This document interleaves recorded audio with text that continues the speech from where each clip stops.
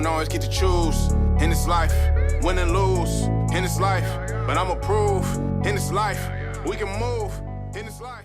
Jean-François Cloutier, bienvenue au podcast. Merci. Ça fait plaisir. Je commence straight up. Mais, c'est directement. Ouais, c'est exactement. Fait que, mais oui, bienvenue au podcast. Est-ce que c'est ton premier épisode québécois podcast? Tout premier épisode de podcast. Comment on sent? On se sent très bien. Ouais. Merci de l'invitation. Oui. Ben écoute, c'est sûr que j'ai plusieurs recommandations aussi si tu aimes ton expérience après aujourd'hui. Je pense que oui. Mais oui, je pense que c'est une des meilleures manières de se faire connaître aussi en tant que, tu sais, au niveau de ton background, ton personal branding et bien sûr ton poste de directeur chez IA. Donc, parle-moi un petit peu de toi avant qu'on parle justement de la business. Oui, avec plaisir. Mon nom, c'est Jean-François Cloutier, 38 ans, père d'un petit garçon de 1 an bientôt. Depuis 10 ans bientôt, je suis directeur d'agence pour un bureau des IA Groupe Financier, situé à Terrebonne. Fait que j'ai la chance de collaborer. J'ai fait le décompte récemment avec une centaine de personnes au quotidien, 70 conseillers. J'ai 5 directeurs d'équipe et une vingtaine d'adjoints qui travaillent dans le bureau. Fait que ça, c'est mon côté professionnel. Côté personnel, papa, je suis heureusement en couple et très heureux de l'être, impliqué dans différentes causes. Gradué il y a maintenant longtemps de l'université. Gradué 2008 de HEC Montréal et très fier de l'être. OK. Puis un beau parcours. Ça a fait 15 ans en décembre que je travaillais pour IA Groupe Financier. Je suis curieux, étais-tu une personne studieuse à l'université? À l'université, moyennement, je te dirais. OK. Avant l'université, je l'étais pas mal plus. Mais pour ceux qui ont été à l'université et ceux qui ont été à la mienne vont comprendre que c'est pas tout le monde qui est studieux. Des fois, à l'université, il y a des distractions. Mais pourtant, on voit le HEC aussi comme un pilier au niveau commercial. Là. Oui, et ce l'est. Je peux attester le parcours de mes amis, les gens que j'ai connus là-bas. C'est exceptionnel, surtout 15 ans plus tard, on peut en attester. Okay. Mais j'ai jamais eu de difficulté à l'école, mais je peux pas dire que j'étais nécessairement studieux non plus, mais j'étais dans la bonne moyenne quand même. Pour les jeunes qui nous écoutent, parce qu'il y a beaucoup de choses qu'on voit passer autant sur les réseaux sociaux, des gens qui disent « Hey, c'est pas tant nécessaire les études supérieures pour se lancer en affaires, par exemple, ou réussir dans la vie en général. » C'est quoi ton discours par rapport à ça?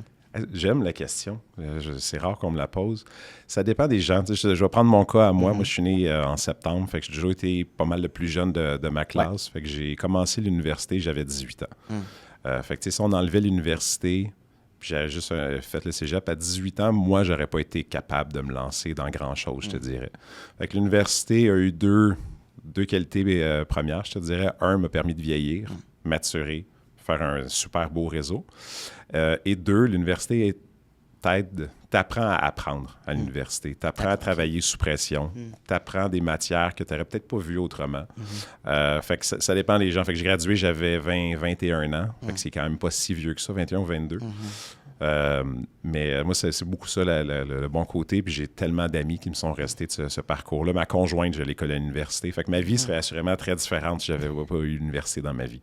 Nice. Puis c'est ça, justement, j'ai fait un épisode hier, puis ce qu'on parlait avec l'invité, c'est que ça donne une méthode de travail aussi, une discipline, plus que les connaissances en tant que telles, parce que, disons, si on prend exemple quelqu'un qui fait un bac en administration des affaires, ce que je fais, ben oui, c'est des connaissances générales, mais honnêtement, si je voulais, je pouvais les retrouver sur le marché du travail ou sur le web. Fait qu'après, ben, c'est ça, c'est comment travailler avec des personnes, ta méthode de travail, ta discipline, gérer des dossiers. Fait que, non, je pense que, puis respecter un contrat, ou, tu sais, mettons, aux yeux d'un employeur, ben, c'est comme pendant 3 ans, tu as travaillé steady, tu as remis tes examens, tes travaux, attends. Il y a une forme d'approbation. Évidemment, quelqu'un qui se lance en affaires, est-ce que le diplôme est si important? Oui, c'est ça. Je ne peux pas t'en attester. Okay. Mais dans d'avoir la signature, quand il y a la discussion ou un profil LinkedIn ou autre, que les gens voient le bagage, il y a comme une certaine forme d'approbation un peu. Puis pour ceux qui ne sont pas dans le domaine des affaires, qui se lancent à leur compte, ben, les employeurs, il y en a encore beaucoup qui regardent le diplôme. Ça c'est sûr. C'est la réalité. Puis l'autre côté qui est intéressant, c'est, comme tu l'as dit, tu peux apprendre par toi-même essentiellement sur toutes les notions, mais l'université va t'amener à apprendre des choses que tu n'aurais peut-être pas tant d'intérêt pour. Fait que ça va t'amener ailleurs que seulement ta vision et ce que tu recherches. Fait que j'ai adoré mon parcours. Parle-moi un petit peu plus justement de comment tu es venu à aller chercher un poste de direction. Est-ce que tu as commencé comme conseiller? Puis peut-être tes expériences dans le passé, ça ressemble à quoi? Oui, j'ai peu d'expérience. J'ai gradué ça en 2008. J'ai travaillé pour une firme en valeur mobilière, donc des gens qui gèrent du placement dans l'ouest de l'île. Je ne sais pas nécessaire de la nommer. Mais une belle firme, honnêtement. J'ai appris beaucoup. Mais en toute transparence, pour moi, ça a été un flop d'entrepreneur complet. Pour toi, tu veux dire? Pour moi. Ça a été un échec retentissant, j'ai appris beaucoup. On m'a terminé après 1 an d'insuccès, je te dirais. Fait que j'ai beaucoup d'apprentissage. Fait essentiellement, j'ai été conseiller. Pour répondre à ta question, c'est certain que j'avais un bac en administration des affaires, puis personnellement, j'avais peut-être du haut de mes 22 ou 23 ans, une certaine forme d'arrogance, de moi, je ne veux pas travailler pour une compagnie d'assurance. J'ai un bac en finance, c'est exceptionnel, je suis le summum de la société, je suis une sommité, et je ne vais pas me rabaisser à faire de l'assurance. T'avais cette mentalité-là? Pas mal, sincèrement. Ah, OK. Puis, un de mes patrons, il se plaît souvent à mentionner que dans notre domaine, on tombe par accident dans notre sphère chez IA Groupe Financier, mais on reste par choix. Fait que c'est vraiment un concours de circonstances. Le conseiller de mes parents m'avait référé, puis j'ai été rencontrer celui qui, à l'époque, faisait le travail que moi, je fais maintenant. Et le courant a super bien passé. Il m'a montré une facette que je n'avais pas vue. Et il a été très rassurant dans l'aspect, pour avoir été magané pendant 1 an, si on veut, financièrement. Je remercie mes parents qui m'ont supporté grandement pendant cette période. Après avoir été magané financièrement, il m'a rassuré sur mes probabilités de réussir si j'appliquais une recette. Fait que je me suis lancé comme conseiller en sécurité financière. J'ai débuté officiellement en décembre 2009. Puis moi, dans ma tête, à partir de ce moment-là, je voulais être conseiller. Ouais. Purement et totalement conseiller. Tu n'avais pas d'ambition d'aller ailleurs ou plus? Non, c'était vraiment... c'était pas... J'avais des ambitions pour beaucoup, mais directeur, c'est un chemin... Je dirais, c'est un cheminement qui est différent. Okay. Fait que mon chemin dans ma tête, il était clair. On va se repositionner en 2010, essentiellement. J'avais mon site web, j'avais un blog. Ce qui est l'ancêtre. 2010? Oui, mais c'était un peu la méthode de faire à l'époque. L'ancêtre, si on veut, des réseaux sociaux. Blog, fait qu'à chaque semaine, j'avais un article différent. Puis moi, dans ma tête, je voulais faire ça. Je voulais être reconnu comme certaines personnes de notre industrie. Un jour, collaborer avec des journaux, des médias, avoir un article, peut-être publier même un livre sur le domaine des finances. Ouais. Puis j'avais une belle lancée, puis j'adorais cette méthode-là. Puis j'avais vraiment une vision, je te dirais, moyen-long terme assez précise. Et de potentiel dans notre domaine, on peut racheter des clientèles, des blocs. Ouais. D'affaires, si on veut, puis j'avais cette opportunité-là avec un bon conseiller. Fait que c'était ça mon plan de match. Puis, avant mes fonctions, il existe directeur d'équipe, comme on l'a appelé directeur des ventes, et encore une fois, celui qui était mon prédécesseur en 2011. À ce moment-là, j'avais 1 an et demi de carrière. J'avais 25 ans à peine. Puis, essentiellement, il est venu me voir, il me dit « Jean-François, est-ce que ça t'intéresserait de devenir directeur des ventes? » La réponse fut non. Un retentissant, non, ça ne me tente pas. J'ai mon plan de match, j'aime ce que j'ai, j'aime ma vie, j'aime tout de ce que je fais. Parce que nécessairement, c'est quoi les différences entre un conseil, au niveau, mettons, toi, rémunération, ça ressemble à quoi? La rémunération, c'est un élément, mais un conseiller, ce qu'il faut savoir dans notre réalité à nous, un conseiller est travailleur autonome. Donc, par définition, il n'y a pas de patron. Un directeur des ventes ou un directeur d'agence comme moi, je suis un employé. Des groupes financiers. Je suis à commission, fait qu'il y a beaucoup de similarités avec un travailleur autonome, mais je suis un employé. Donc, avec des obligations, des horaires, des vacances, et ainsi de suite. Fait que bref, j'ai dit non. Puis à l'époque, je te dirais, le rôle du directeur des ventes était peut-être moins intéressant que qu'est-ce que je vois aujourd'hui. Qu'est-ce que tu vois? Puis, moi, il m'a eu... il m'a eu, mais bref, je suis tombé en amour avec cette fonction-là et je l'ai acceptée parce qu'il m'a dit une chose. Il m'a dit, essentiellement, il me connaissait bien. Il dit, Jean-François, tu as 25 ans. Il dit, je pense que tu serais excellent, puis je pense que tu aimerais ça. Ce que je te propose, fais-le pendant 1 an. Au bout d'1 an, il va arriver 2 choses. Premier choix, tu n'aimes pas ça. Tu as encore tous tes clients. Tu reviens conseiller. Mais ton année d'expérience en vaut 5. Parce que tu vas multiplier les rencontres, multiplier l'apprentissage. Tu vas avoir maturé grandement. Puis à l'époque, encore une fois, à 25 ans, ça me parlait, ça. Puis il dit, deuxième option, t'aimes ça, puis tu restes. Fait qu'essentiellement, c'était tellement finement présenté de manière très habile que je ne pouvais pas dire non à ça. Je disais, c'est quasiment impossible de dire non. Fait que j'ai accepté. Puis j'ai découvert cette fonction-là. J'avais des collègues géniaux comme directeur des ventes. On était 5 à l'époque. En fait, dans mon bureau, on est toujours 5. Mais j'ai vraiment aimé la fonction. Je l'ai découverte. Parce que comme je disais, c'est pas une promotion. C'est un rôle qui est différent. Un directeur des ventes, il est là pour supporter ses conseillers et les accompagner aux différentes étapes de leur carrière, qu'ils soient jeunes ou moins jeunes en carrière. Fait que j'ai fait ça pendant 4 ans et il est arrivé d'un contexte particulier à mon bureau. Puis finalement, ils m'ont offert de devenir directeur du bureau. Donc, j'ai accepté le 8 juin 2015. Awesome. Je suis curieux parce que pendant notre meeting préparatoire, tu me parlais du contexte pré-pandémique, du fait qu'aujourd'hui, tellement tout est accessible en virtuel. Je veux dire, mon propre conseiller secrétaire financier qui est dans l'équipe de Mart, on fait tout ça en distance. Ouais. Donc, toi, avant, je pense qu'on retourne en 2008-2009, ouais. Les meetings clients se faisaient en présentiel. Tu te déplaçais après, je sais pas, 5 ou 6 heures, parce que les gens finissaient à travailler 5 heures, chez les gens dans leur maison. C'est ça pour faire les rencontres? Absolument. Le 2/3 de ma carrière était faite comme ça. C'était 100% C'est quand même fou. On regarde ça, c'est wow. Oui, là, ceux qui ont peut-être début vingtaine vont dire, mon Dieu, il est vieux, c'est une autre époque. C'était une autre époque, je ne suis pas si vieux. Non, c'est ça. Mais honnêtement, c'était 100% se déplaçait chez les gens. Ouais. Puis il y avait même moins de personnes qui venaient au bureau que maintenant. Maintenant, c'est très fréquent qu'un client veut nous rencontrer dans nos installations, à notre bureau. Ouais, c'est ça. Ouais. À l'époque, c'était très rare.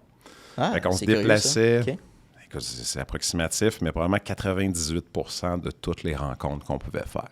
Okay. Exemple, tu aurais été mon client à l'époque. Ouais. Tu disais, hey, je veux changer de compte de banque. Ouais. Peut-être pas juste pour ça, mais peut-être un petit changement anodin. Je serais venu chez toi. Tu aurais fait le déplacement. Oui, quasiment. C'est peut-être une image exagérée, je me demande un peu comment tu files tes clients. Tu sais, des clients sérieux et pas. C'est quoi le first touch point, là, c'est d'avoir calibré ça? Écoute, c'était à chaque fois, c'était une belle surprise. Je comprends ce que tu veux dire. Des situations, des anecdotes. Tous ceux qui étaient là à ce moment-là, on en a des tonnes sur des gens, sur des lieux, sur des gens qui n'étaient pas là. Parce que ça se peut que tu arrives, tu as une rencontre à 6 heures le soir, tu cognes et la personne t'a oublié, même si c'est à 1 heure de route. Tu n'as pas de rappel? Je veux dire, les courriels, oui, il y avait des courriels. Il y avait des courriels, mais tu sais, mettre en perspective, moi j'ai commencé en décembre 2009, j'ai eu mon premier téléphone intelligent avec Internet en juin 2011. Bon point.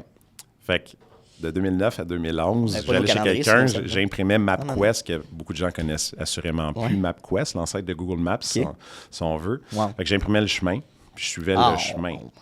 Fait que c'est une autre époque, sincèrement.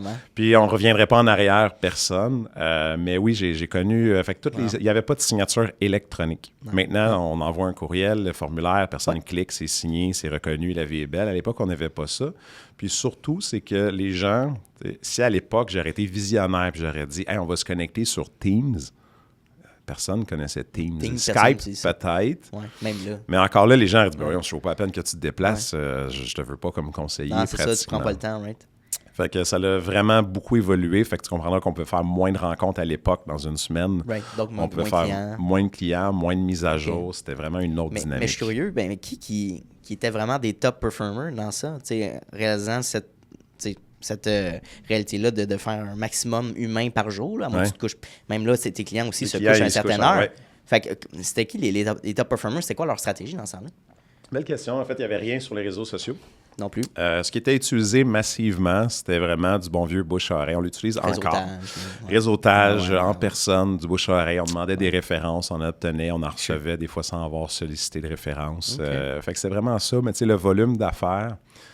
Écoute, c'était le jour et la nuit. Tu sais, je donne un ordre de grandeur. En 2013, qui était quand même plusieurs années avant la pandémie. En fait, non, je voyais plus récent. En 2019, dans toute l'année, notre bureau a été un des plus performants au niveau des placements. Puis on a reçu pour 52 millions de dollars en nouveaux dépôts en 2019. Ouais. En ce moment, on se parle, il y a 5 mois d'écoulés dans l'année.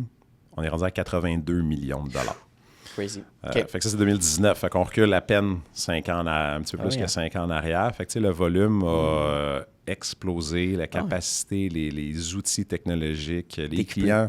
On utilise la technologie à notre bienfait pour être plus proche de nos clients, évidemment. Fait qu'on peut les voir plus souvent, faire une meilleure job. Notre offre de service, elle s'est améliorée aussi avec le temps. La rapidité, l'efficacité. Puis, dans le fond, on peut se poser la question. J'imagine qu'il y a des conseillers, évidemment, c'est des travailleurs autonomes. C'est quoi la pertinence d'avoir des bureaux physiques, en disant? C'est une belle question. Évidemment, ça prend... Tu sais, je veux pas ce qu'on voit que ce soit du placement ou de l'assurance, c'est dans le domaine du service. C'est de l'intangible. Fait que d'avoir une présence physique, c'est rassurant pour les gens. Tu sais, des bureaux comme le mien, en fait, des bureaux des groupes financiers, il y en a 62 au Québec. Puis évidemment, les gens ne savent pas nécisairement ce qu'on fait dans ces bureaux-là, mais juste la récurrence de voir le logo, de dire, OK, il y a une certaine crédibilité. L'établissement. Fait que la lien de confiance est primordial. Fait qu'autant envers la personne que la compagnie derrière. Fait que ça sert à ça. Et on a des clients qui viennent et les conseillers restent que moi, je suis très content qu'on n'ait pas fait le choix encore de dire hey, vous êtes tous en télétravail, arrangez-vous. Mais d'avoir un milieu commun où les gens peuvent échanger, partager, puis chacun peut avoir son espace de travail. Là, je suis sur ma limite pas mal, mais j'ai la capacité d'avoir tous mes conseillers au même moment dans mes bureaux, si jamais besoin il y a. Incroyable. Fait que ça Fais-tu appel à tes conseillers de savoir, OK, aujourd'hui, on a un meeting ensemble. Ben oui, j'imagine qu'il doit y avoir des rencontres ponctuelles. Des rencontres ponctuelles, mais très peu ou qui sont seulement en personne. Okay. On en a une jeudi prochain. Okay. Ils sont avertis d'avance que c'est seulement personne, mais je les enregistre quand même très souvent pour différents besoins. Il reste qu'il faut être de son temps quand même. Mais sinon, de façon générale, mes réunions sont hybrides. Fait que j'ai peut-être une 25-30 personnes devant moi, puis presque autant qui sont à distance. Parle-moi un petit peu du day-to-day de JF en tant que directeur. Ça ressemble à quoi?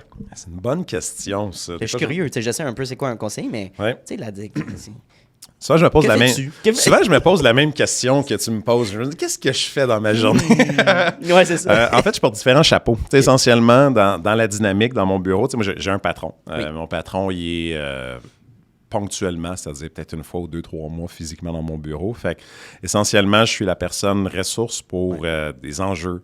Mais c'est beaucoup du genre des échanges avec mes conseillers, des échanges avec mes directeurs.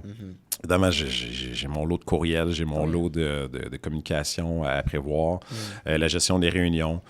J'ai un gros aspect, pas en nombre d'heures, mais en importance, je te dirais le volet recrutement dans mon bureau. Peut-être 80%, c'est moi qui s'en occupe. Parce que c'est un processus. Devenir conseiller, ça prend un permis reconnu. Il y a de la formation, évidemment, au préalable. Et c'est une carrière qui est très méconnue. Fait qu'essentiellement, à 1 ou 2 ou 3 rencontres par semaine, ou 12 si jamais mon patron écoute. Bref, 20, 25.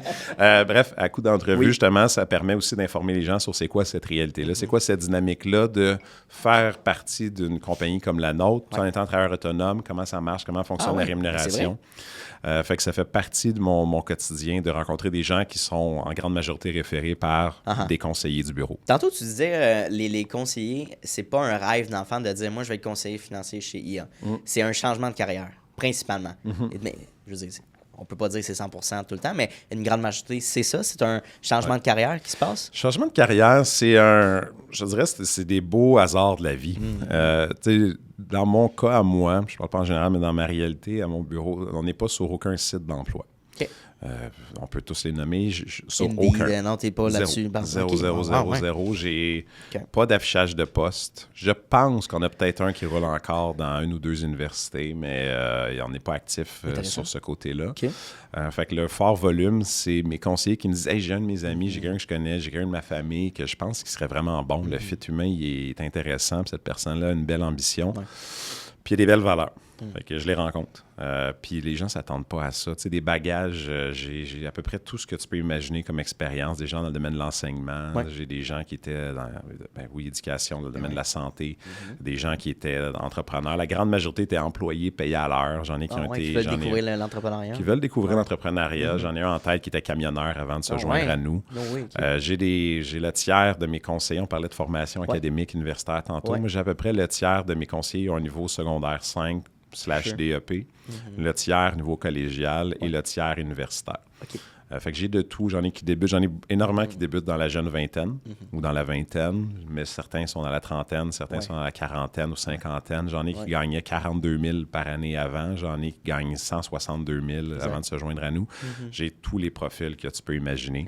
Mais comme point commun pour la quasi-totalité, c'est pas ça qu'ils voulaient faire dans la vie. Parce que c'est pas...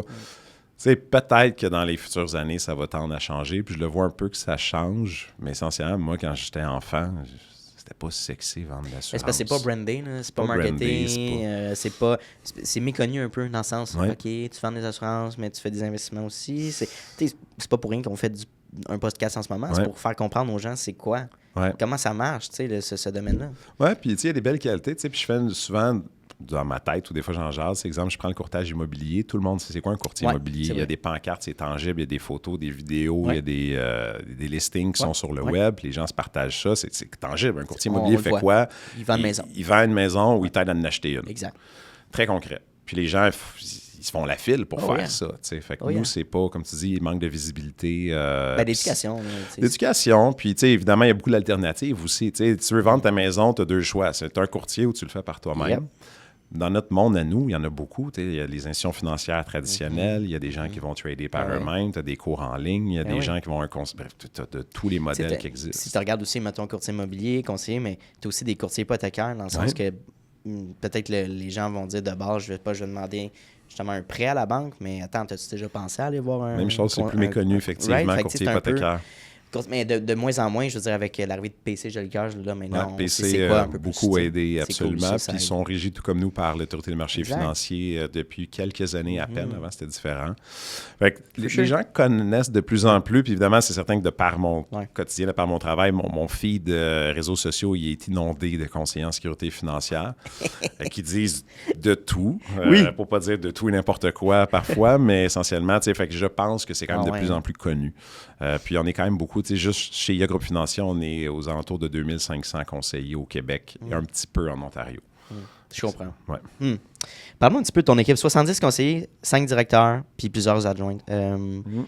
C'est quoi la réalité de gérer 70 ou de chapeauter 70 personnes? Ouais, bien dit, parce qu'en fait, j'ai toujours dit je serais incapable de gérer autant d'employés. Humainement, je n'aurais pas cette capacité-là. Et la réalité aussi, c'est que si j'ai un conseiller qui arrive, j'ai pas besoin de tout défaire pour lui donner des tâches. Il va créer ses propres tâches. À l'inverse, quelqu'un qui quitte à la retraite ou qui quitte, ça me met pas dans le trouble. Je fais une comparaison, quelqu'un qui a un restaurant avec 15-20 employés, un qui rentre pas, c'est un problème. Oui. Moi, un conseiller qui est pas là aujourd'hui, ça me change rien dans ma vie parce qu'il est ailleurs. Puis il va travailler de chez eux, probablement. Fait que ça veut dire chapeauter. C'est un des plus beaux privilèges. J'ai la chance, justement, hier, on avait un événement, notre tournoi de golf annuel, là, puis on joue rarement au golf, là, contrairement à ce que les gens peuvent penser. Là, mais hier, on jouait. Puis on était, de mon bureau, on était 53 au souper. Puis Jean, le privilège d'être accompagné, d'être entouré de gens incroyables. Parce que je parlais des entrevues que je fais. C'est la scolarité... Je peux même pas dire que c'est un plus. C'est intéressant, c'est le fun à savoir. Ça peut être un saut, effectivement, d'approbation que la personne peut avoir une plus grande facilité à apprendre. C'est pas une base ou c'est une base? C'est pas une base. Moi, je me plais toujours à dire, mais j'ai un bac en finance. Oui, c'est ça. Un BA en finance de marché. On m'a jamais appris c'était quoi un REER. Et j'ai un bac en finance. Fait que je me dis, si moi, qui ai étudié... Il y a un tronc commun, mettons peut-être 1 an de spécialité ou 1 an et demi, je ne me rappelle pas trop. Si on m'a pas appris c'était quoi un REER. Le CELI, je leur pardonne parce qu'il est sorti 1 an après la fin de mes études. Mais bref, j'ai pas appris c'était quoi un REER. C'est quand même jeune, hein? Un REER, je veux dire, parents, grands-parents, REER, exact. Ça fait très longtemps, mais le CELI... plus de raison, là. Non, exact. Fait que j'ai pas appris c'était quoi un REER. Fait que tu sais, je me dis, l'université... Il y a des techniques qui sont plus rapprochées de notre réalité, mais vont beaucoup former plus des gens pour de l'assurance auto, de l'assurance habitation, selon ce que je vois. Fait qu'il n'y a personne qui apprend ça sur les bancs d'école ou très peu de gens. REER, CELI, Il faut que tu aies un intérêt vers ça, d'aller t'éduquer toi-même. Ouais. Récemment, j'ai appris qu'avec Martin puis Laurent Lamonde, assurance invalidité, assurance vie, que, tu sais, mettons, je tombe malade, travailleur autonome, tu sais, faut que tu t'arranges. Tu veux avoir des revenus si tu tombes malade. Tu sais, comme, t'es-tu protégé? Je suis comme, non, je sais pas. OK, ben ça serait le fun, ça serait bon. Tu sais, OK, un CELIAD, tu veux acheter car? Ah, ouais, OK, tu vas t'acheter une maison. C'est très complet. C'est parce que tu sais pas. Je veux dire, on n'en parle pas nécessairement non plus dans notre entourage. Ils se posent pas de questions, même si tes parents, ils sont pas connaisseurs là-dessus, ben, ils vont dire, je sais pas, j'ai des REER, mais part de ça, je connais pas plus l'expression, on l'entend encore, dire, j'ai été m'acheter un REER à la caisse ou à la banque. Ouais, j'étais allé acheter des REER. Là, si on creuse un peu, c'est quoi qu'il y a dedans? Je sais pas, c'est juste un REER. C'est pas... C'est comme j'achète une maison. OK, mais il y a différents styles de maison. C'est ça. Es-tu au Québec? Es-tu au Mexique? Où j'entends souvent l'expression « j'ai rappé dans Montréal ». Ouais, exact. Qu'est-ce que ça fait un rap? C'est quoi? Ah non, c'est très méconnu. Des fois, il y a beaucoup d'acronymes. Fait que ça pour dire, la scolarité, pour moi, c'est pas nécessaire. C'est beaucoup les qualités humaines. Fait que pour revenir à la question, justement, de c'est quoi mon quotidien chapeauté. J'ai la chance, ils sont vraiment cool, les gens, mais c'est la raison numéro 1 pourquoi je les choisis, c'est leur qualité humaine. Parce que je ne pense pas que tu peux changer un comportement profondément de quelqu'un. Tu ne peux pas changer une personnalité. Non. Si quelqu'un a cette prétention-là, moi, je ne l'ai pas. Fait essentiellement, mais de transmettre des connaissances, l'aspect technique, ça se fait bien. Fait que 8 fois sur 10, les gens, quand ils sont dans mon bureau, dès la première fois, ils me disent « Je veux faire ça dans la vie parce que moi, je veux aider les gens. » Puis je trouve ça incroyable. Puis ça, je l'entends beaucoup plus. Si je recule, comme je disais, ça fait 10 ans que je fais ma fonction actuelle, je l'entendais beaucoup moins. Okay. Fait que tu sais, je me dis, c'est probablement une confirmation que ma vision, elle passe bien parce que c'est ça ma vision quand même, ce qu'on peut faire. T'sais, on a 28 000, un petit peu plus que 28 000 clients qu'on dessert au bureau. Yeah. Puis c'est ça ma vision, c'est d'aider ces gens-là parce que c'est gros, les finances. Ouais. Fait que des qualités humaines, fait que j'ai la chance dans mon quotidien d'être bien entouré, puis c'est de passer le plus de temps avec ces gens-là. Je pense que les valeurs aussi que tu projettes, ben, tu veux les avoir aussi dans tes conseillers. Fait que si tu vas avoir quelqu'un justement qui a les mêmes qui s'associent à toi, mais ça va avoir une meilleure brillance là, pour le bureau. Fait que je suis curieux, disons que tu fais du recrutement, tu as un candidat potentiel qui veut être conseiller chez IA. Ouais. Puis qu'est-ce que tu regardes au niveau des critères? Tu sais, oui, tu m'as dit, OK, les hard skills, fait que les connaissances, puis après, les soft skills. Fait que je suis curieux, est-ce que ça t'est déjà arrivé de refuser quelqu'un sur une base de personnalité ou soft skills qui n'était pas là? Oui. Okay. Oui, puis je te dirais la manière la plus simple, parce que c'est une question qu'on se pose régulièrement, comment trouver la bonne personne. La bonne personne, right? Ouais. Mais ma méthode la plus simple, je te dirais, c'est si, comme ça fait un coup qu'on jase, mettons que tu serais dans mon bureau, puis ça ferait 8 minutes qu'on se parle, puis je vois mon énergie, là, elle baisse. Sans arrêt, ça baisse. Mon énergie à moi. Ah, okay, ouais. Parce que si la personne me draine mon énergie, là, ça ne me tentera pas de travailler tous les jours avec elle. Ça, c'est vrai. Fait que je te dirais, c'est mon indicateur numéro 1, numéro 2, numéro 3. C'est si ça me... À la fin d'une entrevue, je veux avoir plus d'énergie. Mais qu'est-ce qui peut... C'est de l'intangible. Je ne sais même pas de mettre le doigt dessus. C'est vraiment des fois des gens qui parlent trop. Des gens qui n'écoutent pas assez. Ou des gens qui sont plus monotone. Ou, oui. Fait que tu sais, des gens vraiment, mon niveau d'énergie, dans ma tête, quasiment, je le vois baisser. 100%. Puis là, ça finit, puis je suis content que ça soit fini. C'est pas la meilleure, pas le meilleur angle, je te dirais. Mais la manière que je le fais très souvent, c'est numéro 1, il faut que la personne comprenne dans quoi qu'elle s'embarque. On a une carrière phénoménale, mais vraiment pas faite pour tout le monde. Comme l'entrepreneuriat. Tu sais, nous, c'est de l'entrepreneuriat, je te dirais, très accompagné. Oui. Mais ça reste de l'entrepreneuriat. Oui. Fait que quelqu'un qui a besoin d'aide pour se lever le matin, c'est peut-être pas l'environnement pour lui. Non. Fait que je veux qu'ils comprennent la rémunération, que oui, nous sommes rémunérés à commission. Je veux qu'ils comprennent que, comme la majorité des entrepreneurs, tu dois trouver des invités sur ton podcast. Nous, on doit trouver des clients. C'est la vie. L'entrepreneuriat, c'est ça. Il n'y a pas de business qui roule sans clients. Exact. Fait que oui, c'est de la vente, effectivement. C'est de la vente professionnelle, mais ça demeure de la vente. C'est demandant. Le nombre d'heures, il est, je dirais, standard, voire peut-être même inférieur à certaines autres sphères de l'entrepreneuriat, je te dirais. Encore là, il n'y a pas de limite. Quelqu'un peut s'investir s'il veut 6 ou 7 jours sur 7. Mais il faut qu'il comprenne quand même que ça prend de l'investissement de soi. Mais surtout, c'est que ça va être dans sa tête tout le temps. Comme entrepreneur, c'est rare qu'on décroche. Fait que c'est vraiment d'avoir les discussions pour exprimer voici notre terrain de jeu, voici notre réalité. Puis de voir est-ce qu'il y a un fit. Est-ce que l'humain m'intéresse? Est-ce que moi, j'intéresse la personne? Parce que ça se peut que la job soit tripante, mais que ma vision, ça marche pas avec ce que cette personne-là veut. Oublie ça. Puis je pense que j'ai exactement les mêmes critères quand je passe quelqu'un dans un meeting exploratoire comme on a fait ensemble. Dans les premières 5 minutes, je peux savoir si c'est un fit ou pas. Juste avec l'énergie, la personnalité de la personne, est-ce qu'elle écoute aussi? Comme... c'est genre, ça peut... C'est niaiseux, mais genre, tu parles à quelqu'un, j'ai un appel, genre, ça te dérange-tu? Faut que je le prenne?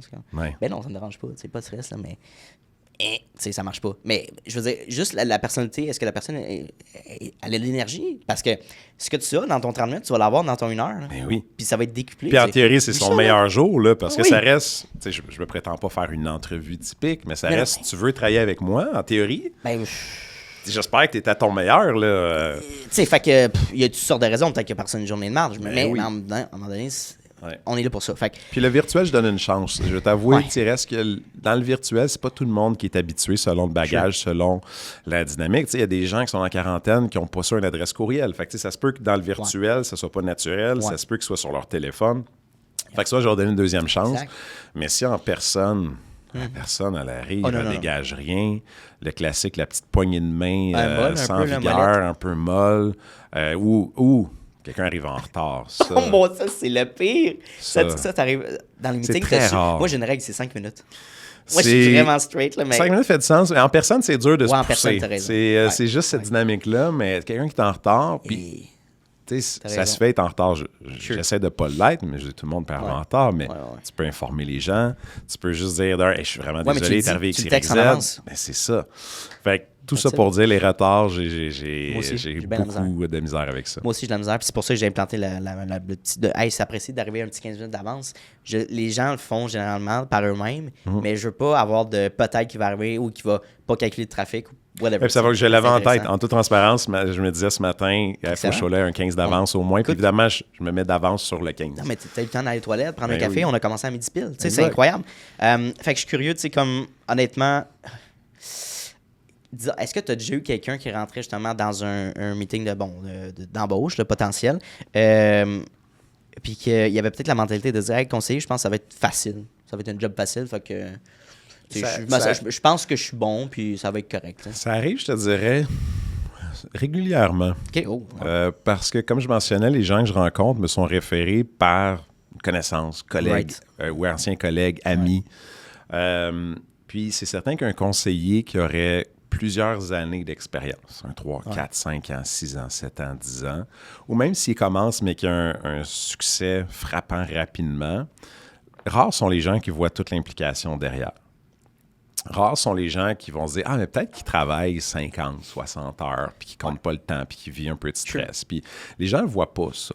Les gens vont voir un peu l'artifice. Moi, normalement, j'ai un conseiller, exemple, qui utiliserait les réseaux sociaux, puis qui... les gens mettent le plus beau. Puis ils disent, hey, moi aussi, je suis comme lui. Puis ils se comparent à l'école, on était similaires. Ou je pense que j'ai les mêmes capacités. Si ça marche pour lui, ça a l'air facile. Moi aussi, je suis capable.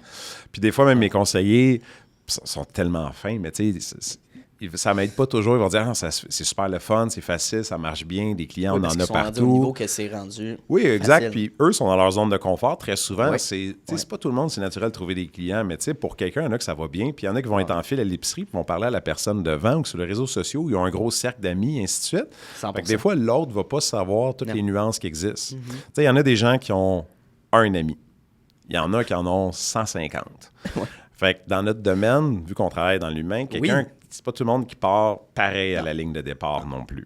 Il y en a aussi qui sont très crédibles aux yeux de leur entourage pour des raisons personnelles ou professionnelles antérieures. Il y en a qui le sont moins. Il y en a qui vont avoir l'appui naturel du conjoint, de la conjointe, d'autres qui ne l'auront pas. Fait que ça arrive régulièrement, puis souvent, rapidement, je le décèle que des fois, ils ne prennent pas conscience de l'implication que ça prend à réussir parce que ça n'existe pas d'avoir du succès sans le travailler. J'y crois pas, puis du moins pas dans notre environnement. Puis je veux dire, ce métier-là, c'est purement être capable de te vendre toi-même aussi. Oui. Parce que, je veux dire, t'en as 15 qui vendent les mêmes produits financiers. Encore. Il y a bien plus que 15. Fait que comment tu fais pour te sortir du lot? Ben, habille-toi en rose comme Martin. Mets-toi un sou rose. C'est ça, j'essaye, en fait. C'est teinté de Martin, là. C'est un petit rappel. Clin d'œil à Martin. J'aime ça. Mais non, c'est pas vrai. Non, mais c'est cool, tu sais. J'étais pas prêt à ça, tu sais. Hey, c'est Rosalie Piché qui m'avait présenté. Puis justement, ils ont travaillé ensemble. Puis après, j'ai dit, tu devrais travailler avec. Je dis, ben oui, for sure. Il est trop nice. T'sais. Mais c'est ça. Puis il est comique. Il y a une personnalité. C'est le fun. Il y a son parcours aussi. C'est fou. Là, ce qu'il incroyable. Il y a tellement. Il travaillait fort pour se rendre où ce qu'il est aujourd'hui. Fait que j'étais comme, ouais, ça fait avec moi. Puis c'est beaucoup ça. Tu sais, des fois, on va demander les gens avec qui ils font affaire. Oui. Puis on va avoir souvent 2 catégories de réponses. Des fois, ils vont dire, je fais affaire avec Martin Lapointe. Ouais. C'est comme, OK, d'après moi, la relation n'est pas pire. Ou il y en a qui vont dire, moi, je fais affaire avec, un exemple, la Banque royale du Canada. Tu fais affaire avec... Je comprends que ton compte et tout, c'est à la Banque royale, mais si tu ne connais pas le nom de ton conseiller ou de ta conseillère, ça se peut que le lien ne soit pas là. Fait que, moi, si tu me donnes le choix, est-ce que le client va répondre je fais affaire avec Martin Lapointe ou je fais affaire avec Groupe Financier? C'est bien plus puissant. C'est dis-moi, c'est Martin Lapointe. Puis ça se peut que il me semble qu'il y a un logo d'éléphant sur mes trucs. Fait que, c'est la personne. Parce qu'ultimement, c'est ça la différence. Si les gens pensent. Puis évidemment, ceux qui ne sont pas dans le domaine, je peux comprendre qu'ils ne sont pas au courant. Mais dans les grandes compagnies, c'est très similaire les produits qu'on offre. Je ne peux pas te dire, hey, chez nous, là, Anthony, là, on a les meilleurs produits, meilleurs produits. Nos rendements, là, 5% de plus que n'importe où ailleurs. C'est pas le cas. C'est très, très, très similaire. Tu sais, mettons, si on prend le domaine de l'assurance, parler de l'assurance invalidité ou de l'assurance vie, un actuaire qui a fait de longues études pour calculer et utiliser des statistiques de probabilité de décès, qu'il soit un employé de IA Groupe Financier ou de Beneva, le résultat va être pas mal le même. Fait que la prime d'assurance, c'est impossible qu'un dise hey, nous, des assurances-vie, ce mois-ci, on va en vendre vraiment beaucoup. Fait qu'on va faire un Black Friday d'assurance-vie. Ça n'arrivera pas parce que la compagnie, les profits ne tiendront pas la route parce qu'il va y avoir un gros chèque un jour qui va sortir. Sure. Fait que les probabilités sont les mêmes partout. Fait que les produits, les primes, c'est très similaire. Puis en placement, l'offre est tellement vaste au Canada qu'il y a tellement de bons produits. Fait que tout ça pour dire, ce qui ressort, la seule chose qui reste en bout de ligne, c'est le conseiller lui-même. C'est ça. C'est le lien de confiance parce qu'on parle d'une des choses les plus intimes. Oui. Tu sais, nos conseillers, comme je disais, avec les gens qu'on dessert, les 28 000 clients, peut-être pas avec les 28 000 cette proximité-là, mais la grande majorité, ils vont nous partager des choses que leurs meilleurs amis ne sont pas au courant. 100%. Fait que, tu sais, ça prend ça pour faire le meilleur job qu'on peut comme conseiller. Il faut connaître. Est-ce que la personne elle a des dettes sur sa carte de crédit? C'est quoi sa vision? C'est quoi, à tout point de vue, fait que, cette proximité-là est essentielle. Puis après ça, c'est de maintenir, d'être digne de cette relation de confiance-là en faisant de l'accompagnement toujours. For sure. Puis ce que j'ai remarqué dans mon accompagnement, mettons, avec Laurent, précisément, je trouve que, tu sais, il y a toujours un petit small talk, évidemment, quand tu rentres un client, mais c'est authentique, c'est honnête. Et non pour dire, hey, comment ça va, il fait beau. C'est plus que ça. C'est comme, hey, t'as fait tel projet, t'es revenu, parle-moi de ça. Tu sais, c'est vraiment, il s'intéresse à l'autre personne, right?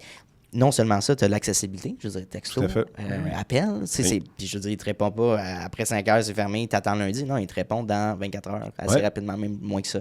Fait que ça, est-ce que tu l'as justement avec ton conseiller bancaire? Ben, moi, je te le dis, je ne l'avais pas. So, je me suis dit, c'est pas simple. Récemment, j'étais sur le site d'une très grande institution financière qui est très grosse au Québec. Puis la section « Nous joindre », moi, j'ai pas de problème. Je peux savoir exactement c'est quoi que j'ai de besoin. Je connais les titres, je connais les termes, je connais les divisions, ça va. Mais je pense qu'il y avait probablement une trentaine d'endroits différents pour communiquer selon le besoin. Est-ce que c'était un prêt hypothécaire? Est-ce que c'était un REER? Est-ce que c'était ci? Mais je me positionne du point de vue du membre, c'est-à-dire du client, je m'excuse. C'est mélangeant. Fait que, tu sais, j'aime le fait qu'on devienne la personne de confiance, accessible. C'est ça que je veux développer, justement, c'est-à-dire qu'on développe plusieurs années dans le bureau, c'est qu'on veut se positionner comme le professionnel pour le client. S'il y a une question, il fait affaire avec nous, on est accessible par courriel, par texto, par DM sur les réseaux sociaux, par téléphone, si j'ai oublié celle-là. Fait que ça fait une grande différence, sincèrement. Ça fait une grande différence. Puis tu sais, c'est comme aussi, tu as l'écoute dans le sens que, bon, parfait, Anthony, c'est quoi ton projet? OK, tu veux t'acheter un condo dans 2 ans.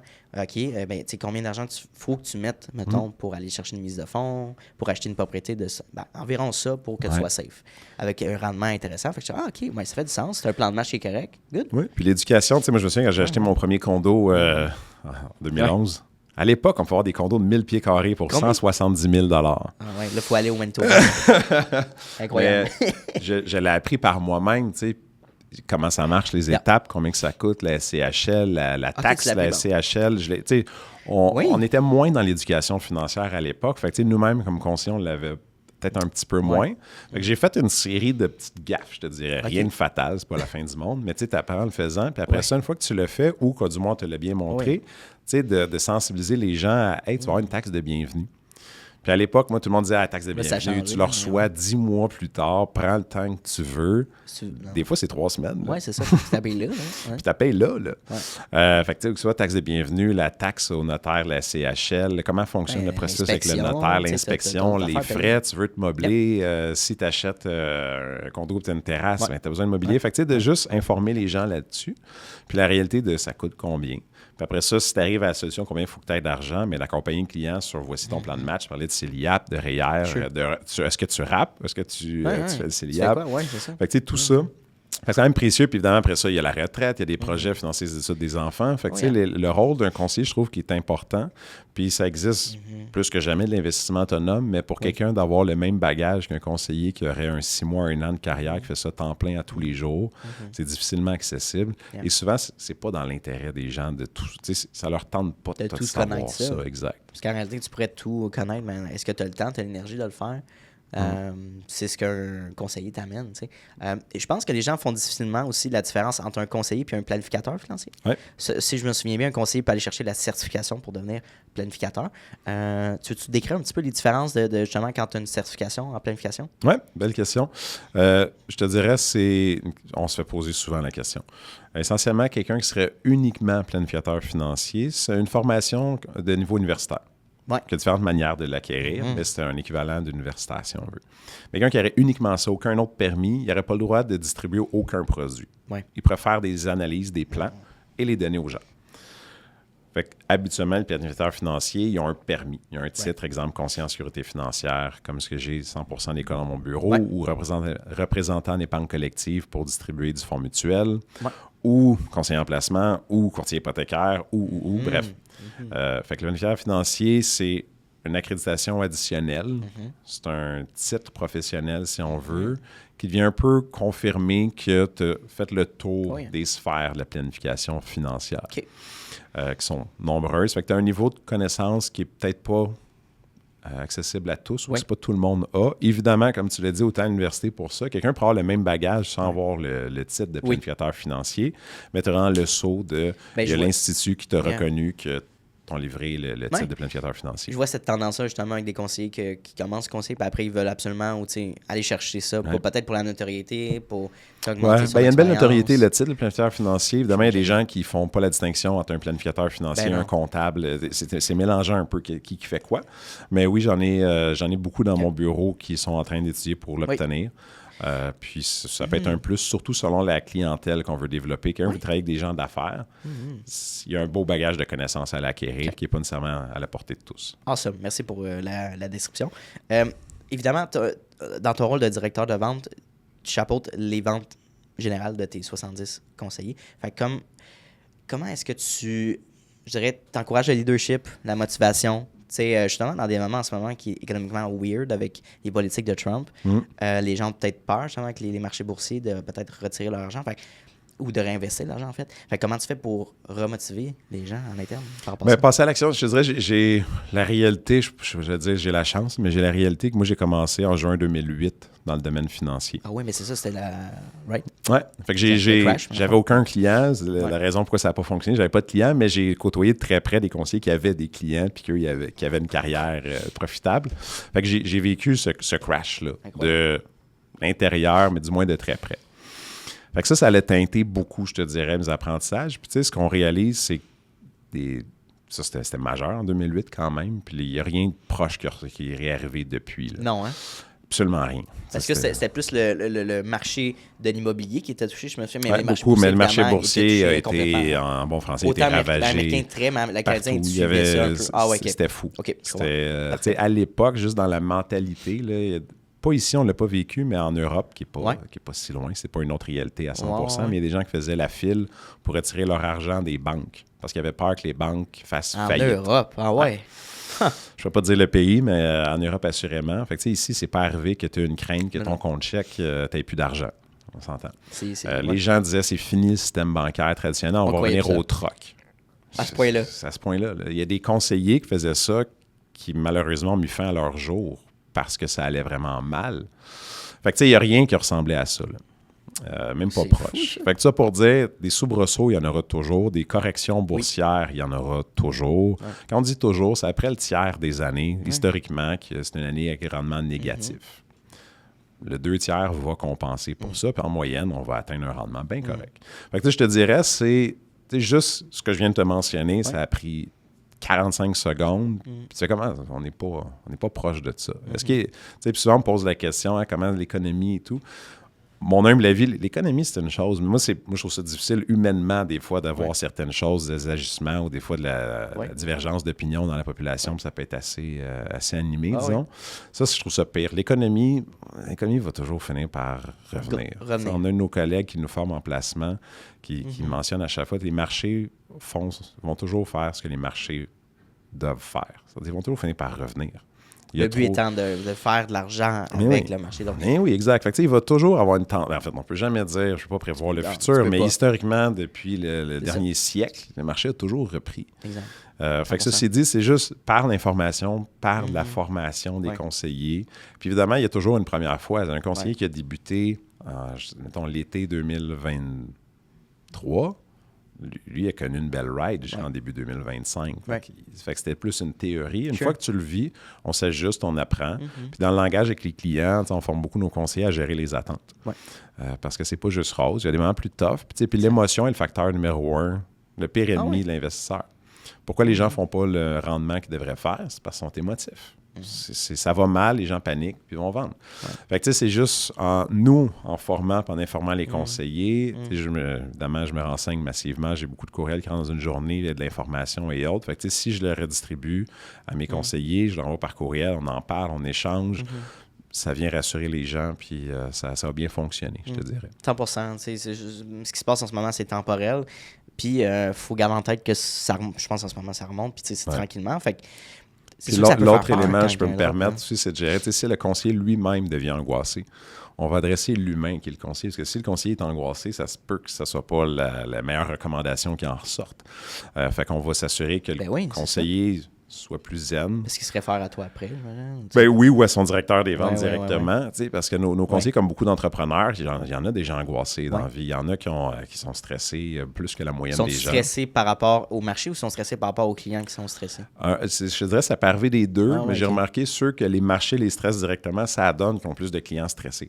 Fait que c'est souvent, on va teinter nous-mêmes cette dynamique-là. Okay. Donc, je te dirais, nous, à l'interne, on s'assure que les conseillers passent à l'action, fassent leur job, soient plus proactifs que moins. Parce que si on fait juste rien et on attend que la tempête passe, c'est peut-être pas la bonne approche. Oui, d'être un vecteur de communication, de prendre le lead, les clients vont être contents. Puis les clients nous comparent constamment. Si je fais rien, ça fait 4 ans que je n'ai pas parlé à mon client, ça se peut que quelqu'un il en parle plus souvent que moi, ou il voit quelqu'un sur les réseaux sociaux qui fait des bonnes capsules, bonnes vidéos, puis finalement, il s'en aille. Rassurer la personne, parce que c'est de la communication, de ne pas prendre une décision émotionnelle, de dire je retire tout mon argent justement dans mes investissements, qui est la pire chose parce que tu perds tes rendements.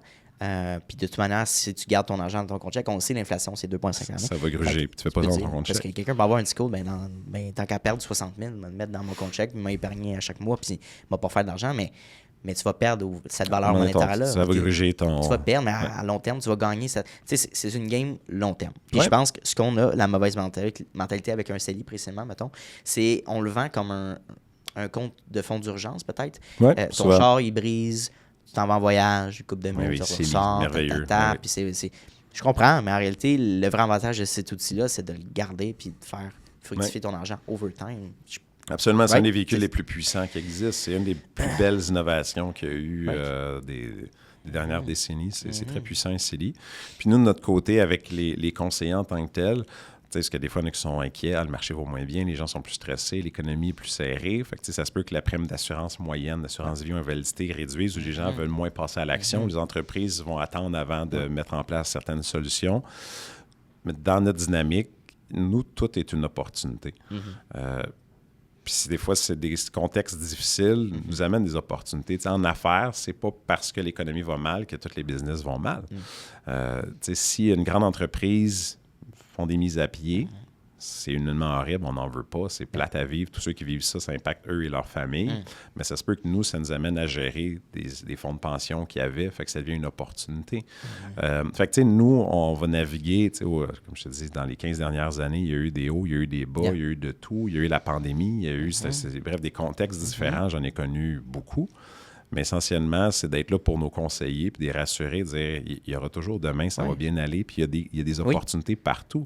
Puis plus l'économie est serrée, l'inflation, avant ça, il fallait expliquer c'est quoi l'inflation. Avant la pandémie, c'était une théorie. C'est quoi l'inflation? Une théorie, c'était pas un fait. Les gens... les gens ne vivaient pas, c'était un fait. Bon, on le sentait pas. Les gens ne sentaient jamais l'inflation, parce que c'était toujours juste un peu. Ça grugeait, comme disait, 2,5. On fait souvent des projections où on s'entend des fois de 2,1, mais c'est 2, 2,5, 3. Avant la pandémie, dans la braquette de la Banque du Canada qui est entre 2 et 3, si à chaque année c'est 2, 2,5, puis un panier de comment c'est calculé l'inflation, si c'est à 2,5, ça se peut que la tienne soit juste à 1, 1,5 parce que tu as changé tes habitudes de vie. C'est vrai. Fait que les gens, ça gruge juste un peu tout le temps. Au bout de 30 ans, s'il y a recul, on fait, mon Dieu, c'est pas pareil, ça a changé. Mais tu sais, juste les maisons, moi, j'ai acheté un condo que j'ai vécu pendant 4 ans, je l'ai revendu 2000 $ de plus. J'ai acheté une maison que j'ai vendue quasiment le même prix 4 ans plus tard. La pandémie a changé beaucoup d'éléments. Oui. Fait que ça veut dire l'inflation maintenant, tout le monde sait c'est quoi. 100%. Toutes les grèves sont basées sur l'indexation des revenus et autres éléments, mais entre autres, il y a celui-là. Fait que ça a changé, les gens sont là, fait qu'ils sont plus conscients, puis quand les gens, leurs finances sont plus serrées, sont plus conscients de « Hey, mon prêt hypothécaire, c'est quoi mon taux? Y a-t-il quelque chose que je peux faire? Est-ce que je paye trop d'assurance? Est-ce que c'est optimal, ma situation? » Parce que si tu as de l'argent puis savoir quoi en faire, ça se peut que tu as gaspillé puis si tu le saches même pas. Si tu n'as pas le luxe d'en gaspiller, ben c'est là que nos conseillers vont pouvoir optimiser tout ça. Fait en tout temps, on optimise, mais les gens, on dirait qu'ils sont plus intéressés à ça parce que quand l'économie, les temps sont plus durs, c'est pas une option. On devrait avoir cette habitude-là de mieux comprendre ses finances. Je veux dire, juste le fait que tu n'aies pas appris comment le fonctionnement d'un REER dans un bac en finance. On dit beaucoup sur notre société, malheureusement. Je ne sais pas si c'est volontaire pour garder les gens un petit peu comme avec une base d'éducation, puis que certaines personnes. J'ai appris beaucoup de stratégies poussées, puis c'est pas J'imagine. C'est pas un défaut de la formation que j'ai eue dans l'université que j'adore, que je soutiens encore, puis je suis impliqué, puis bref, j'aime énormément, mais c'est juste un exemple. J'ai appris plein de choses en finance, mais peut-être pas de la finance qu'on applique au quotidien. Du concret de monsieur, madame, tout le monde qui est confronté, c'est plus peut-être des concepts. International, qu'on n'aborde pas tant dans notre day-to-day, c'est un peu la réalité. Là, mettons, on prend plein d'exemples. Là. Il y a souvent l'exemple du théorème de Pythagore, comme Topi, mais je comprends le concept de pourquoi on l'apprend, mais en réalité, c'est ça. Il y a beaucoup de choses qu'on apprend, qu'on n'utilise pas ou qu'on ne se souvient plus après notre bac ou notre programme d'études. Fait que c'est intéressant. Si on vient au niveau des dépenses des gens, comme pourquoi tu n'éliminerais pas, mettons, du Uber Eats, mettons. Moi, je te dis, je sais pas, tu as un 200$ que tu pourrais te mettre de plus dans ton CD. Je suis un fan d'Uber Eats, mais... Ah, pour vrai? Non, mais ça, c'est une des dépenses que j'ai coupées parce que ça me coûtait 50$ à commande pour un beau taux à 12$. Oui. Mais tu sais, je te dirais que tout est relatif. Je pense que c'est vraiment... l'information et la prise de conscience, c'est un grand pouvoir. Ah oui. Je le fais à mon niveau avec les conseillers font avec leurs clients, mais moi, parce que c'est un concept qui est relativement facile. On prend Uber Eats ou le classique, le café Starbucks. Le fameux. Ah, mais ça, OK, ça, je suis curieux d'avoir ton opinion là-dessus. Mon avis, c'est, malheureusement, dans la société, il y a beaucoup de gens qui font un emploi qui ne l'aiment pas tant que ça, qui ne les rémunèrent pas si bien que ça. Que le vendredi, c'est merveilleux parce que vient le week-end, mais leur week-end, il n'est pas si le fun que ça. Puis parfois, ils sont dans une relation de couple qui n'est pas si le fun. Il y a beaucoup de gens dans cette situation-là qu'on peut connaître. Fait que je me dis, si ça coûte, je sais pas c'est combien un café au Starbucks, quoi, 6, 7, 8 Au moins 5, 7, 8 piastres. Bon. Mettons que ça coûterait 10$. Poussé à l'extrême, c'est sûrement plus que le coût réel. Mais si ton petit moment de bonheur te coûte même pas 10$ par jour, je comprends. Pourquoi s'en priver? Parce que oui, je pourrais te le projeter et dire « Hey, Anthony, si tu mets 10$ par jour, tous les jours, fois 365 jours. » T'imagines l'argent, tu sais. T'imagines l'argent à ta retraite. Oui, mais à quel prix? Tu sais, il y a peut-être d'autres choses. Fait que, tu sais, cet exemple-là classique, moi, je ne suis pas un fan parce que tout est relatif. Tu sais, si le client, exemple, tu l'informes, hey, 10$ par jour, voici ce que ça fait à la retraite. Puis après ça, tu mets en comparaison, c'est quoi le facteur plaisir, puis c'est quoi dans ton quotidien. Puis beaucoup de gens, ils se lèvent, ils vont travailler une job. T'sais, ils n'ont pas nécessairement la chance de faire comme toi ou moi, d'aimer ce qu'ils font. Mais c'est un peu... C'est ma vision. Il y a plein d'autres choses à couper. C'est de prendre conscience. Puis il ne faut pas juste vivre au jour le jour dans le plaisir. Mais si ça coûte 7-8$ ton plaisir quotidien, ben why not? Évidemment, idéalement, change de job. Change de quoi dans ta vie. On est d'accord, mais c'est pas le café Starbucks qui est l'enjeu. Trouve peut-être une job plus payante, plus le fun. Ça existe. Le problème, c'est pas le café Starbucks à 10$. C'est ta job qui peut-être pas assez ou qui t'emmène pas assez de valeur. Exact. Mais mettre la... C'est ça, je pense que quand tu aimes ce que tu fais, tu n'as pas besoin de boucher les trous dans ta vie. C'est pas normal qu'une nourriture t'amène un sentiment de bonheur. Parce que moi, j'ai souvent tombé là-dedans dans la consommation fast-food. Parce que une mauvaise journée, je vais aller me récompenser avec ça, ça fait du bien, puis après tu files comme de la merde. Mais sur le moment, c'est comme un shot, tu sais. Puis, mais ça, je suis d'accord, je le partage. Il faut être vigilant là-dessus, t'as raison. Right? Fait que après, tu as tout l'aspect financier, mais à un moment donné, je pense que tu as des choix de vie que tu peux faire. Ça peut être difficile. Il faut emmener des astrix, fait que les gens ils ont des responsabilités, ils ont des familles, il y a des dettes aussi là-dedans. Moi, c'est très rare des gens, comme je dis, j'engage beaucoup de gens à la vingtaine, puis surtout à la quarantaine. La trentaine, quand c'est vraiment au sommet des obligations financières, que parfois un enfant, c'est plutôt rare que des gens qui font justement un gros changement ou un saut vers chez nous. Parce que c'est très difficile. Ceux qui le font, ils réussissent à merveille parce qu'ils n'ont pas le temps de niaiser. Puis c'est pas un choix de réussir. Mais j'en ai beaucoup moins parce qu'effectivement, c'est difficile. Puis je le conçois, mais tout ce contexte-là, moi, les gens qui choisissent la carrière qu'on a à offrir, c'est moi, je m'attends. Puis ce que j'espère, c'est quand que le lundi arrive, puis il y a un meeting, soit avec moi ou quelqu'un d'autre, qui dit hey, c'est hot, j'ai hâte, ça va être vraiment le fun. J'aime ma job, je vais aider du monde. Puis quand il arrive le vendredi, tu dis, hey, c'est cool, en fin de semaine, j'ai X, Y, Z d'activités avec mes amis, ma famille. Puis après ça, tu sais, c'est pas tout est le fun. Le travail est le fun, la vie personnelle est le fun. Tu veux voyager, tu peux. Fait que, tu sais, c'est vraiment d'avoir une vie complète et vraiment trippante. C'est la question qu'il faut que tu poses. Quelqu'un qui est pas bien, quand tu te lèves le matin ou quand tu te couches le soir, t'as-tu hâte à ton meeting à 9h30 le matin avec quelqu'un? Mais moi, j'ai hâte lundi prochain à 9h30 de rencontrer Mathieu là, pour un meeting préparatoire pour un podcast au Manitoba. Ben, j'ai vraiment hâte de préparer ça. Puis c'est hot, j'ai pas ah non, je fais un podcast avec JF aujourd'hui. Non, c'est yes, mais on va faire un podcast avec JF. Je te pardonnerais si t'avais pas si hâte. Ouais, ça, mais tu sais, c'est un peu ça. Puis, tu sais, même, il y a des choses, tu sais, des podcasts, t'en tournes beaucoup. Tu sais, je suis peut-être ton 300e invité pratiquement. Mais, tu sais, des meetings, j'en fais un chaque semaine depuis toujours. Mais pour vrai, j'ai toujours hâte. C'est différent, c'est le fun, le sujet, les gens. Puis les gens me disent souvent, hey, Jeff, t'as vraiment toujours de l'air d'être heureux au travail. Mais c'est parce que je le suis. Est-ce que c'est toujours facile? La réponse est non. Mais c'est le fun, notre environnement, les gens avec qui je le fais. C'est du plaisir, comme c'est dur à imaginer. Puis les gens, que ce soit, exemple, ma conjointe, quand elle a découvert mon environnement, mes amis, ça je l'ai dit, mes collègues et mes amis, elle dit, c'est vraiment fou à quel point... C'est vraiment une belle gang. C'est le commentaire qui ressort le plus. C'est les gens sont vraiment le fun, sont gentils. Puis c'est ça. Puis spoiler alert, on va finir sur ce sujet-là pour les 2 dernières questions du podcast. Spoiler alert, tu fais un job que tu aimes faire, tu vas faire plus d'argent. C'est sûr. C'est 100%, parce que c'est contagieux. Parce que tu te donnes plus. Puis tu rencontres quelqu'un qui a une belle énergie, c'est enivrant, tu as le goût de travailler avec. Tu as le goût de collaborer avec, qui est le fun. C'est quelqu'un qui va correct, aujourd'hui. Tabarnak. T'appelais, là, tu sais. Tu sais, quelqu'un qui a une sincérité dans l'approche. Tu sais, quand je rencontre quelqu'un, tu sais, j'ai une entrevue, je trippe, j'aimerais ça travailler avec, mais ultimement, hier, je travaillais pas avec, puis si demain, je travaillais pas avec, ma vie est le fun pareil. Fait que j'ai pas besoin de cette personne-là pour m'épanouir, mais si on le fait, ça va être gagnant pour elle, gagnant pour moi, puis tout le monde va en gagner. Fait que c'est ça qui est le fun. Fait que oui, si t'aimes ta job, c'est sûr. Puis les entreprises ou peu importe. Tu sais, récemment, je parlais avec Anne Marcotte, pour pas la nommer. Puis Anne a dit, tu sais, souvent les entrepreneurs vont se lancer pour le lifestyle entrepreneur.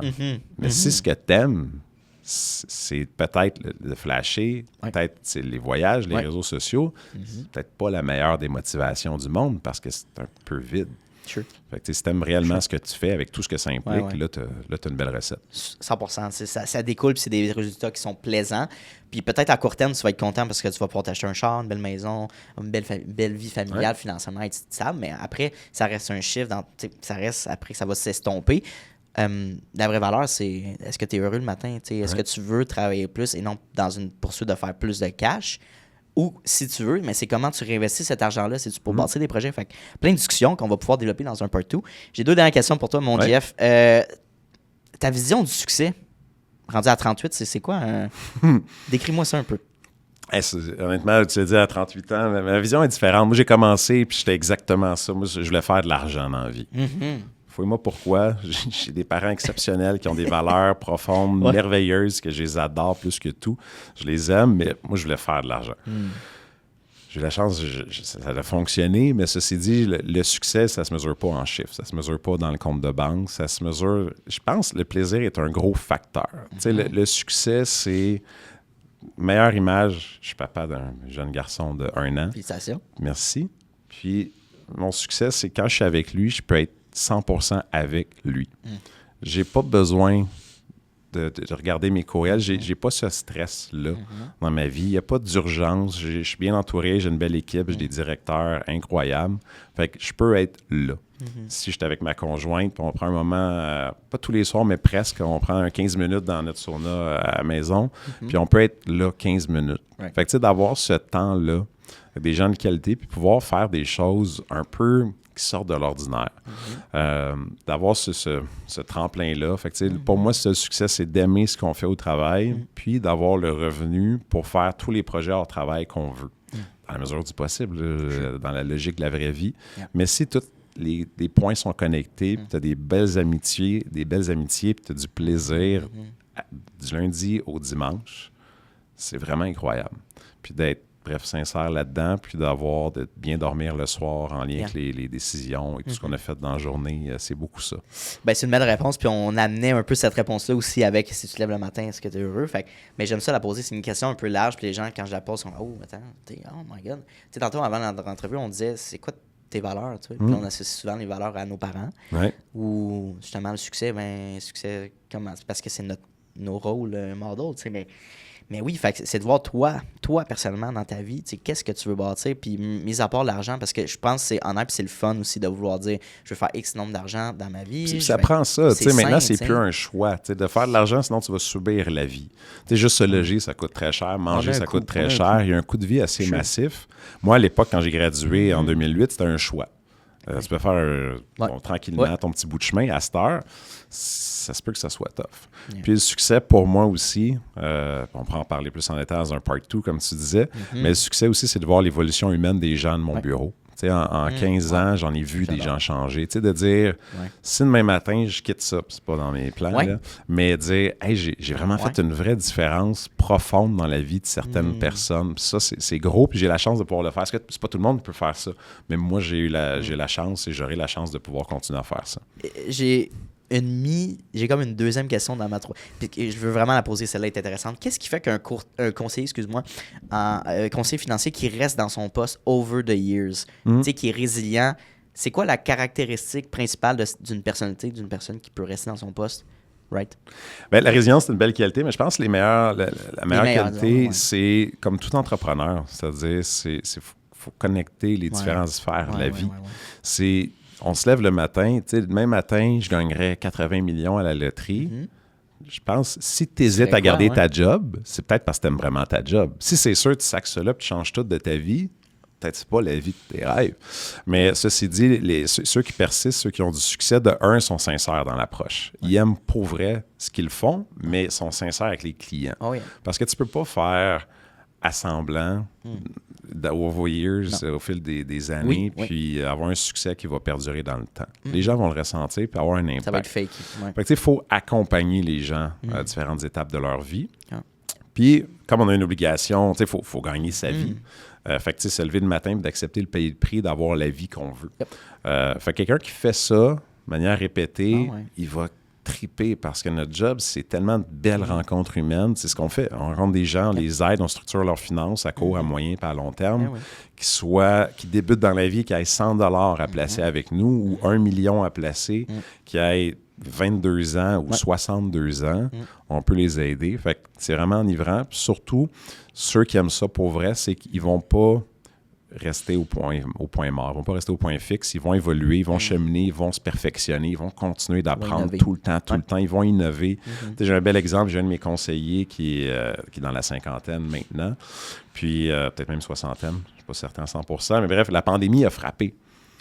Puis du jour au lendemain, il faut que tu apprennes de 98% en présentiel à court terme, c'est fini le présentiel. Tu tombes à 0% en présentiel. Fou. À vire tout de bord, c'est du virtuel pur. Puis apprends tes nouvelles plateformes aussi. Puis apprends tes plateformes que tu n'as jamais vues de ta vie. Le Rolodex, c'est fini, là. C'est terminé. Fait que tu sais, les gens qui vont innover. Puis j'ai un de mes conseillers qui a commencé en janvier 1969. Dans le domaine. Il s'appelle Michel. Michel, il utilise Teams. No way! Michel utilise des signatures électroniques. Ce qu'il pourrait dire, moi, c'est pas de ma génération. Je vais faire comme il va avoir 80 ans cet été, puis il s'est adapté. On pensait peut-être qu'il aurait pris sa retraite à ce moment-là, mais non. Puis il s'occupe bien de ses clients, les clients l'aiment. L'âge, ça veut rien dire. C'est tout l'ouverture d'esprit. Exact. C'est d'être un réel passionné, ça marche. Dernière question pour toi, mon cher. Si tu avais l'opportunité de parler à une version de toi-même de 25 ans, qu'est-ce que tu te conseillerais? À 25 ans, ou tu sais, jeune vingtaine, je te dirais, pour moi, c'est juste... ça va être un classique, là, mais tu sais, fais-toi confiance. Sois bien entouré, sois conscient de l'opportunité que tu as. Parce que j'ai toujours été bien entouré. J'ai des parents exceptionnels. J'ai un frère qui est mon meilleur ami, que j'aime. Bref, j'ai beaucoup de belles personnes autour de moi. Ma conjointe maintenant, mon garçon. Bref, à 25 ans, c'est fais-toi confiance. La vie est bien faite. Puis deux, tu sais, permets-toi d'oser. De plus oser, même à la limite de perdre la face, c'est pas grave. De ne pas être dans un cadre, de ne pas toujours être sérieux, de se permettre de vivre plus, puis de déconner, puis d'être à 25 ans, comme je peux être quand je suis juste tout seul à la maison avec ma conjointe puis mon garçon, de juste être peu importe. Si tu veux danser, danse. Si tu veux faire ci, fais-le. Fait que, tu sais, de moins accorder d'importance, accorder moins d'importance, excuse-moi, au regard des autres. Ouais. Je dirais que ce serait pas mal le résumé de tout ça, puis de faire confiance à l'avenir.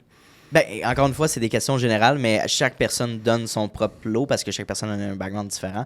Donc, Jeff, ça a été un plaisir de discuter avec toi. Partagé, Anthony. Ça passait vite. Oui, ben, je veux dire, 1h07. On a fait 1 heure. Donc, comment t'as aimé ta première expérience au podcast avec moi? J'ai adoré parce que t'es vraiment bon. Sérieux? Les questions sont bonnes. Tu rebondis. On a fait justement la rencontre, la préparation. C'était structuré. Sure. J'ai aimé c'était une discussion qu'on a eue. Puis j'ai trouvé ça le fun. C'était pas juste des questions placées. Ben, puis, honnêtement, j'en fais 12 dans le document comme tu as vu. Mais c'est pour rassurer plus la personne. Donner une certaine structure. J'ai passé à travers les questions.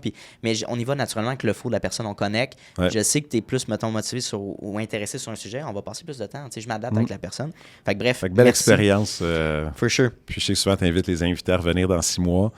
Ouais. Ça, c'est un rendez-vous? C'est un rendez-vous, ça me parle. On sera en décembre, ça va me faire plaisir. Décembre, ben là, ça va être la dépression saisonnière. C'est parfait. Les belles lumières dans le studio, je vais être là. Non, mais c'est drôle qu'on dise ça, mais moi, j'ai participé à le podcast pendant la pandémie. J'étais tout le temps chez nous. Fait que j'ai dit, hey, je veux parler avec des gens. On peut aller dans des coffee shops, aller dans des restaurants. On va aller inviter des gens, prendre un café. J'ai dit, tant qu'à faire ça, on va mettre 2 caméras. Le podcast est parti de même. C'est hot quand même. Ça a un peu combattu ce manque de connexion-là. Fait que bref, merci pour ton temps. C'était super apprécié. On se revoit dans 6 mois. Puis c'est ça. Où est-ce qu'on peut te contacter, par exemple, justement, pour si on a des questions, rejoindre IA? C'est une belle question. En fait, réseaux sociaux, Jean-François Cloutier, LinkedIn. LinkedIn est pas mal celui que j'utilise sur une base plus professionnelle. Personnel, je suis sur Instagram. Facebook, peut-être moins, mais Instagram, c'est JF Cloutier IA. Oui. Mon username, il y a un underscore quelque part là-dessus. De toute manière, tout le contenu va aussi être en collaboration avec toi partout. Fait que merci encore, puis on se revoit dans ce mois. Merci à toi, Anthony. Hey, salut, ça fait déjà la 2e fois qu'on se voit dans cette même vidéo-là. Donc, merci de ton attention, puis merci de ta discipline, parce que c'est un mince pourcentage des gens qui sont capables d'écouter du début de l'épisode jusqu'à la fin. Donc, merci beaucoup de ta discipline. Ça démontre énormément de motivation de ta part et bien sûr d'un aspect important de l'entrepreneuriat que oui, la motivation c'est important, mais la discipline c'est encore plus important. Donc, merci de ton attention. La meilleure manière que tu peux me repayer pour ce podcast-là, c'est tout simplement de repartager le podcast dans des Instagram Stories, d'en parler avec tes amis, d'envoyer le lien à tes amis. Hey, Mathis, va donc écouter cet épisode-là, c'est super intéressant. Ça vaut de l'or, puis ça va me permettre d'aller faire croître le podcast à un niveau exponentiel. Donc, merci beaucoup pour ton aide et ton intérêt pour le podcast.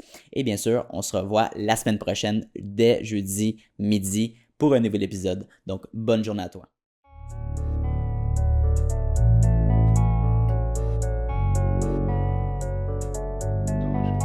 You don't always get to choose in this life, win and lose in this life. But I'ma prove in this life, we can move in this life.